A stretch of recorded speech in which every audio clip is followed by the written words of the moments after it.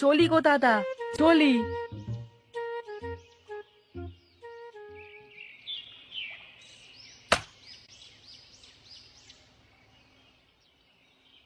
ও গোপাল দাদা, কি চাষ করছো গো?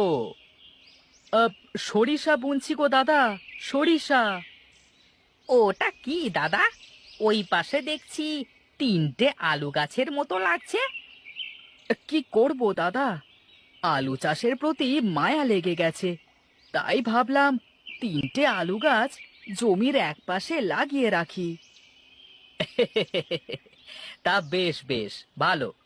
আচ্ছা দাদা, চলি গো আমরা।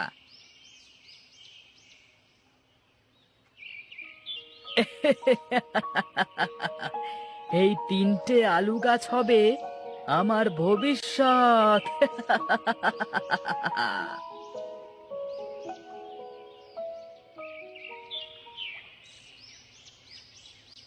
যাক, এবার বেগুনগুলো ভালোই হয়েছে। হ্যাঁ, তা হয়েছে, কিন্তু বেগুনের দাম এখন ওঠে নাই বাজারে। তাতে কি হয়েছে, যা দাম আছে তাতে বেশ ভালোই হবে। তবে আলু থাকলে।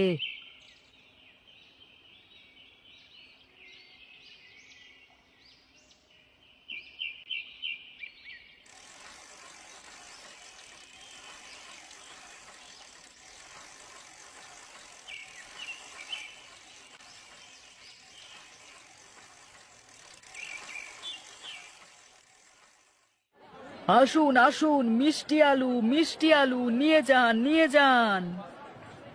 আলু কত টাকা করে কিলো দাদা? 50 টাকা কিলো। 50 টাকা? বলো কি, এই যে দেখছি সোনার দামে আলু। হ্যাঁ, নিলে নাও, না হলে যাও তো দাদা, আমার আলুর দাম এর থেকে কম হবে না। হ্যাঁ হ্যাঁ, দাও দেখি 1 কিলো। হ্যাঁ, বউ আমার আলু না নিয়ে গেলে ঝাঁটা দিয়ে পেটাবে।